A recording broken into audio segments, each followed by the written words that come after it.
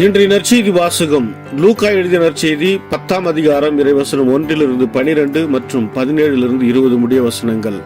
அதற்கு பின்பு ஆண்டவர் வேறு 72 பேரை நியமித்து அவர்களை தாம் போகவிருந்த எல்லா ஊர்களுக்கும் இடங்களுக்கும் தமக்கு முன்னே இருவராக அனுப்பினார். அப்போது அவர் அவர்களை நோக்கி கூறியது, அறுவடை மிகுதி, வேலையாட்களோ குறைவு. ஆகையால் தமது அறுவடைக்கு தேவையான வேலையாட்களை அனுப்பும்படி அறுவடையின் உரிமையாளரிடம் மன்றாடுங்கள். புறப்பட்டு போங்கள். ஓநாய்களிடையே ஆட்டுக்குட்டிகளை அனுப்புவது போல் உங்களை நான் அனுப்புகிறேன். பணப்பையோ வேறு பையோ மிதியடிகளோ எதுவும் நீங்கள் எடுத்து செல்ல வேண்டாம். வழியில் எவருக்கும் வணக்கம் செலுத்த வேண்டாம். நீங்கள் எந்த வீட்டுக்குள் சென்றாலும் அந்த வீட்டுக்கு அமைதி உண்டாகுக என முதலில் கூறுங்கள். அமைதி விரும்புவர் அங்கு இருந்தால் நீங்கள் வாழ்த்தி கூறிய அமைதி அவரிடம் தங்கும். இல்லாவிட்டால் அது உங்களிடமே திரும்பிவிடும். அவர்களிடம் உள்ளதை நீங்கள் உண்டு குடைத்து அந்த வீட்டிலேயே தங்கியிருங்கள்.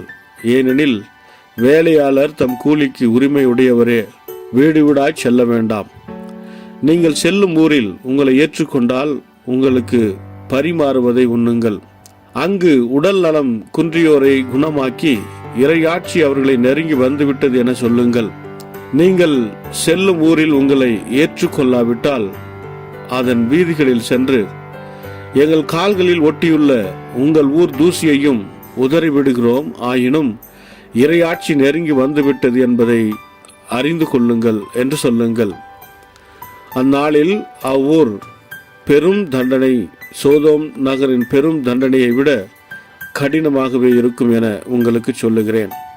பின்னர் 72 பேரும் மகிழ்வுடன் திரும்பி வந்து, ஆண்டவரே, உமது பெயரை சொன்னால் பேய்கள் கூட எங்களுக்கு அடிபணிகின்றன என்றனர். அதற்கு அவர், வானத்திலிருந்து சாத்தான் மின்னலைப் போல விழக் கண்டேன். பாம்புகளை தேள்களையும் மிதிக்கவும் பகைவரின் வல்லமை அனைத்தையும் வெல்லவும் உங்களுக்கு அதிகாரம் கொடுத்திருக்கிறேன்.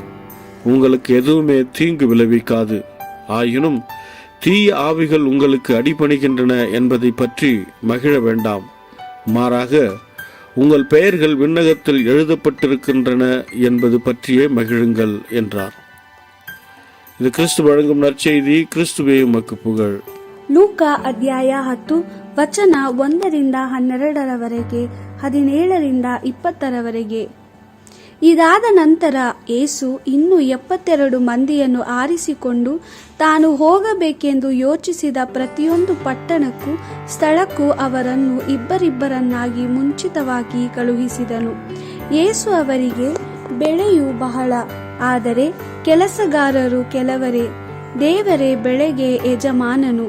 ಬೆಳೆಯನ್ನು ಒಟ್ಟುಗೂಡಿಸುವುದಕ್ಕಾಗಿ ಹೆಚ್ಚು ಕೆಲಸಗಾರರನ್ನು ಕಳುಹಿಸಿಕೊಡುವಂತೆ ಯಜಮಾನನನ್ನು ಬೇಡಿಕೊಳ್ಳಿರಿ.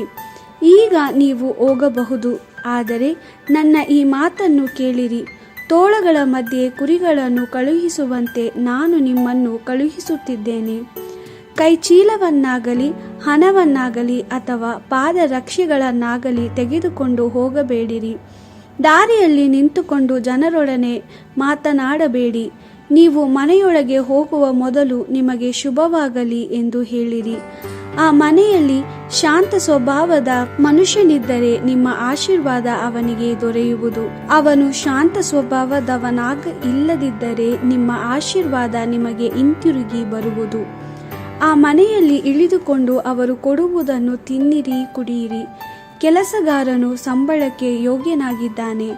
ಆದ್ದರಿಂದ ಇಳಿದುಕೊಳ್ಳುವುದಕ್ಕಾಗಿ ಆ ಮನೆಯನ್ನು ಬಿಟ್ಟು ಇನ್ನೊಂದು ಮನೆಗೆ ಹೋಗಬೇಡಿರಿ. ನೀವು ಒಂದು ಊರಿಗೆ ಹೋದಾಗ ಆ ಊರಿನ ಜನರು ನಿಮ್ಮನ್ನು ಸ್ವಾಗತಿಸಿದರೆ ಅವರು ಕೊಡುವ ಆಹಾರವನ್ನು ಊಟ ಮಾಡಿರಿ. ಅಲ್ಲಿಯ ರೋಗಿಗಳನ್ನು ವಾಸಿ ಮಾಡಿರಿ. ಅಲ್ಲಿಯ ಜನರಿಗೆ ದೇವರ ರಾಜ್ಯವು ಸಮೀಪಿಸುತ್ತಿದೆ ಎಂದು ತಿಳಿಸಿರಿ. ಆದರೆ ನೀವು ಒಂದು ಊರಿಗೆ ಹೋದಾಗ ಅಲ್ಲಿಯ ಜನರು ನಿಮ್ಮನ್ನು ಸ್ವಾಗತಿಸದಿದ್ದರೆ ನೀವು ಆ ಊರಿನ ಬೀದಿಗಳಿಗೆ ಹೋಗಿ, ನಮ್ಮ ಕಾಲುಗಳಿಗೆ ಹತ್ತಿದ ನಿಮ್ಮ ಊರಿನ ಧೂಳನ್ನು ನಿಮಗೆ ವಿರುದ್ಧವಾಗಿ ಜಾಡಿಸಿಬಿಡುತ್ತೇವೆ. ದೇವರ ರಾಜ್ಯ ಸಮೀಪಿಸುತ್ತಿದೆ ಎಂಬುದು ನಿಮಗೆ ತಿಳಿದಿರಲಿ ಎಂದು ಹೇಳಿರಿ.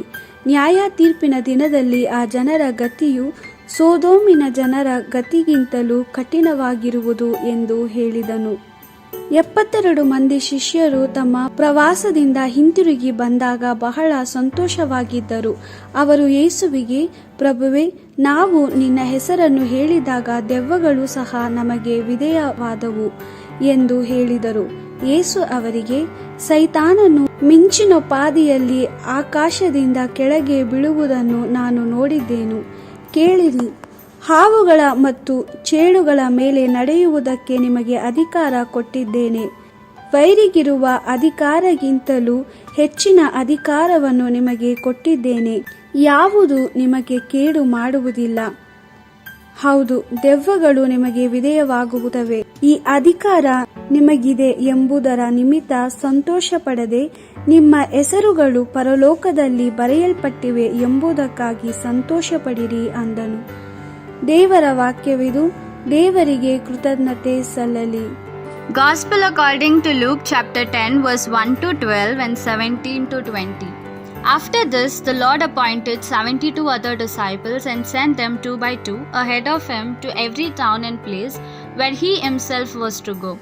And he said to them, "The harvest is abundant, but the workers are few. So you must ask the Lord of the harvest to send workers to his harvest. Go, I am sending you like lambs among wolves. Set off without purse or bag or sandals, and do not stop to greet anyone along the way. Whatever house you enter, first bless them, saying, 'Peace to this house.' If a peaceful person lives there, the peace shall rest upon him. But if not, the blessing will return to you. Stay in that house, eating and drinking whatever they give you, for the worker deserves his wages. Do not move from house to house. When they welcome you in any town, eat what they offer you.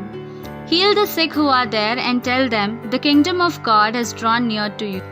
But in any town where you are not welcome, go to the marketplace and proclaim, 'Even the dust of your town that clings to our feet, we wipe off and leave with you. Yet know and be sure that the kingdom of God is near. I tell you that on the judgment day it will be better for Sodom than for that town.' The 72 disciples returned with great joy. They said, 'Lord, even the demons obeyed us when we called upon your name.' Then Jesus replied, 'I saw Satan fall like lightning from heaven. You see, I have given you authority to trample on snakes and scorpions and to overcome all the power of the enemy, so that nothing will harm you. Nevertheless, do not rejoice because the evil spirits submit to you. Rejoice rather that your names are written in heaven.' This is the word of the Lord. Thanks be to God."